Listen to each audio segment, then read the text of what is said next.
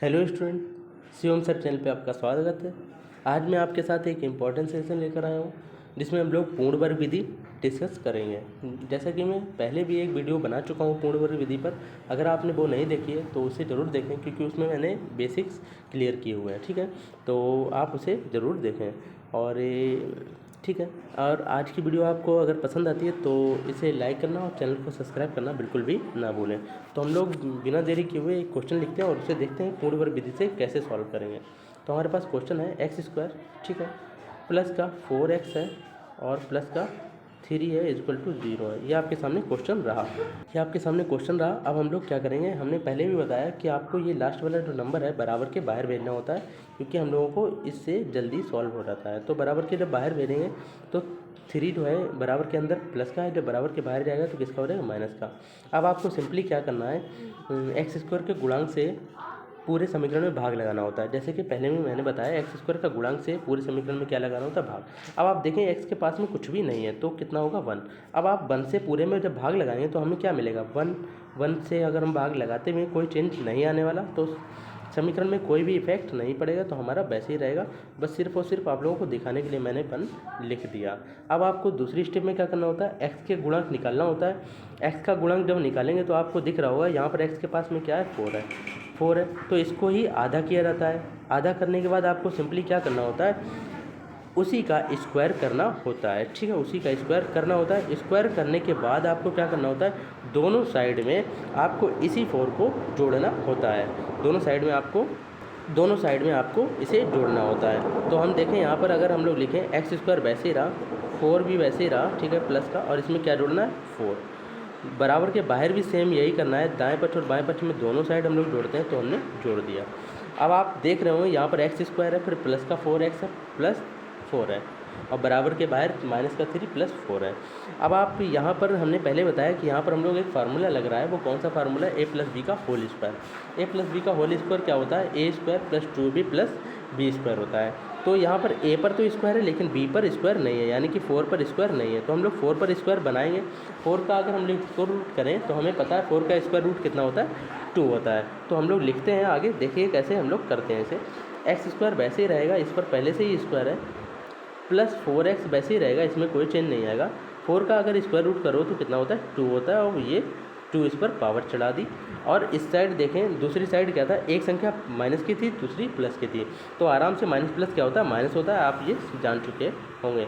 तो लेकिन साइन किसका आएगा, प्लस का आएगा, यानी कि प्लस का संख्या बड़ी है। ठीक है, तो आगे देखते हैं। यहाँ पर आपको दिख रहा होगा कि पूरा फार्मूला फॉलो हो रहा है, तो हम लोग ए और बी को उठा लें, यानी कि यहाँ पर होल पर स्क्वायर चढ़ा दें तो प्लस का साइन है सब में, तो प्लस का ही लगेगा बीच में, और होल पर उठाकर हमने इसे रख दिया बराबर के 1। ठीक है, एक्स प्लस 2 वैसे ही रहा। एक साइड से अगर हम लोग स्क्वायर हटाते हैं, एक साइड से स्क्वायर हटाते हैं तो दूसरी साइड का चढ़ता है, रूट चढ़ता है। ये आपको मैं पहले भी बता चुका हूँ।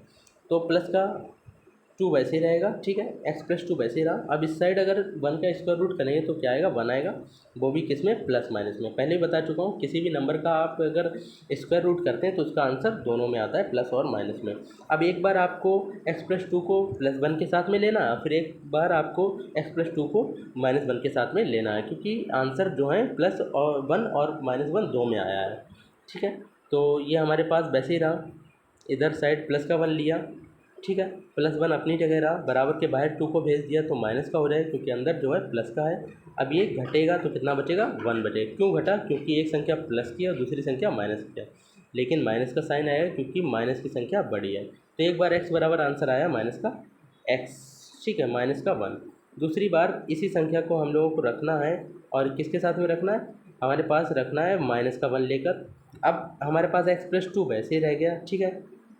एक्स प्लस 2 को अब हम लोग क्या करें, 2 को बराबर के बाहर भेजेंगे। जब 2 को हम लोग बराबर के बाहर भेजेंगे तो अंदर जो है प्लस का है, जब बाहर जाएगा तो किसका हो जाएगा, माइनस का। अब हम लोग देखते हैं यहाँ पर आंसर क्या आएगा। हमारे पास जो आंसर आएगा वो आएगा एक्स, क्योंकि माइनस माइनस क्या होता है, प्लस होता है, तो ये क्या हो जाएगा, माइनस का 3 आएगा। माइनस माइनस प्लस जरूर होता है, लेकिन जो साइन लगाते हैं वो किसका लगाते हैं, माइनस का ही लगाते हैं। होप आपको ये समझ में आया होगा।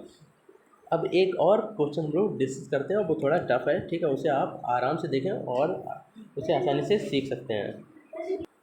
तो हम लोग एक क्वेश्चन लिखते हैं और देखते हैं हम लोग उसे कैसे सॉल्व करते हैं। तो हमारे पास जो क्वेश्चन है वो क्वेश्चन कुछ यूँ है, 6x², ठीक है, माइनस का 13x और प्लस का 5 बराबर 0, ठीक है। अब हम लोग क्या करेंगे, हमने पहले ही आपको बताया कि लास्ट नंबर जो है बराबर के बाहर चाहिए, ये बराबर के अंदर है तो हम लोग इसे बराबर के बाहर भेजेंगे 5 को। तो जब बराबर के बाहर भेजेंगे किसका हो जाएगा, माइनस का 5, ठीक है। अब आपको दूसरा काम क्या करना होता है, एक्स² के गुणांक से हमने भाग लगाना तो यहाँ पर आपको दिख रहा होगा x² का गुणांक कितना है 6, तो 6 से आप सब में भाग लगाएंगे, 6 से आप सब में भाग लगाएंगे।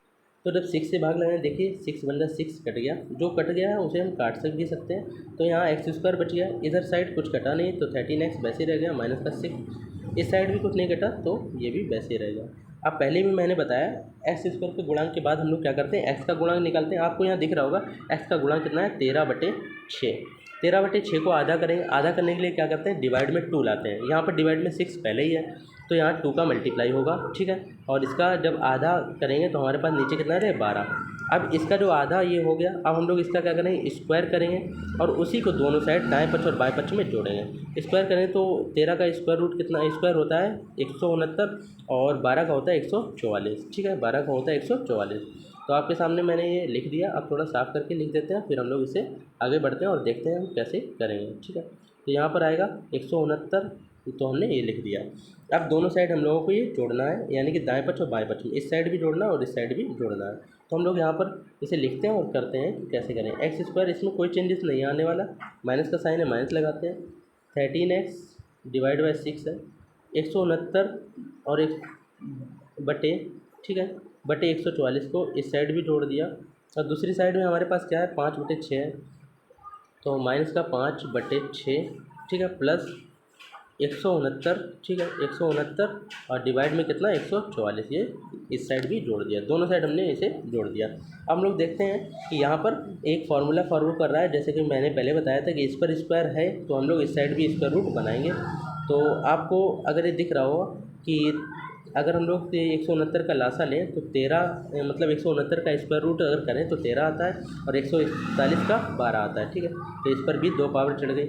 इस साइड क्या करना है, इस साइड आपको दिख रहा है कि नीचे हर को एक सा बनाना है, क्योंकि इस साइड 144 तो यहाँ भी 144 बनाना होगा। 144 बनाने के लिए अगर आप 24 का गुणा कर दें तो 24 चंगा 144 होता है, जितने नीचे गुणा करते हैं उतना ही कितना करते हैं, ऊपर भी गुणा करते हैं। तो ऊपर आप देख रहे हो 5 का गुणा जब 5 का गुणा जब हम लोग 24 में करें तो कितना आएगा, 120 आएगा।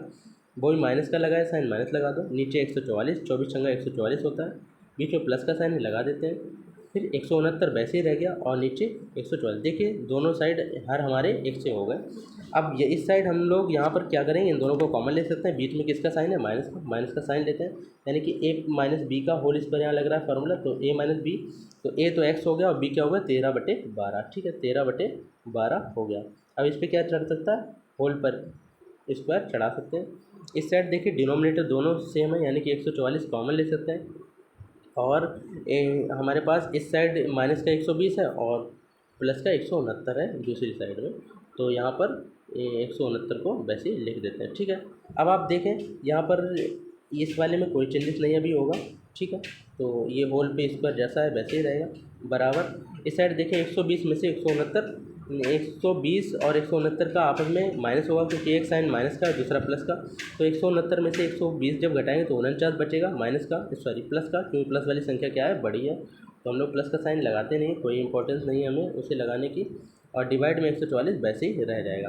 अब एक साइड से अगर हम लोग स्क्वायर हटाते हैं तो दूसरी साइड क्या करते हैं, स्क्वायर रूट लगाते हैं, तो ये हमारे पास 13/12 वैसे ही रह गया, ठीक है। और इस साइड क्या था, 49/144 था, स्क्वायर रूट आ गया हमारे पास। और अगर आपको पता हो कि ये 13/12 वैसे ही रहेगा, ठीक है। और अगर 49 का आपको स्क्वायर रूट पता हो तो कितना होता है, 7 होता है, और 144 का 12 होता है, ठीक है, 144 का कितना होता है, 12 होता है, 12 होता है। और मैंने पहले ही बताया इनका जो आंसर आएगा वो प्लस माइनस 2 में आएगा जब स्क्वायर रूट करते हैं।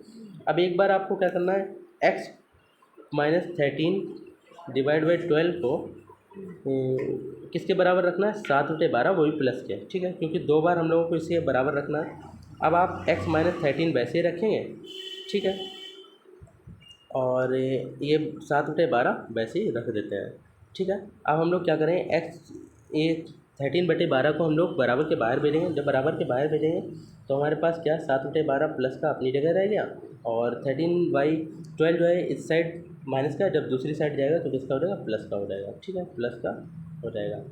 अब आप देख रहे हो कि यहाँ पर x वैसे ही रहेगा और 12 दोनों साइड सेम है, तो 7 और 13 जुड़ जाएंगे तो कितना हो गया, 20 हो गया, 20। अब आप देख रहे हो ये दोनों कट भी रहे हैं, 4 के पार्ट 4 पंचे 20 होता है और 4 3 12 होता है। तो एक बार x का जो आंसर आया वो आया 5/3 वो भी प्लस का। ठीक है, होप आपको ये समझ में आ रहा होगा।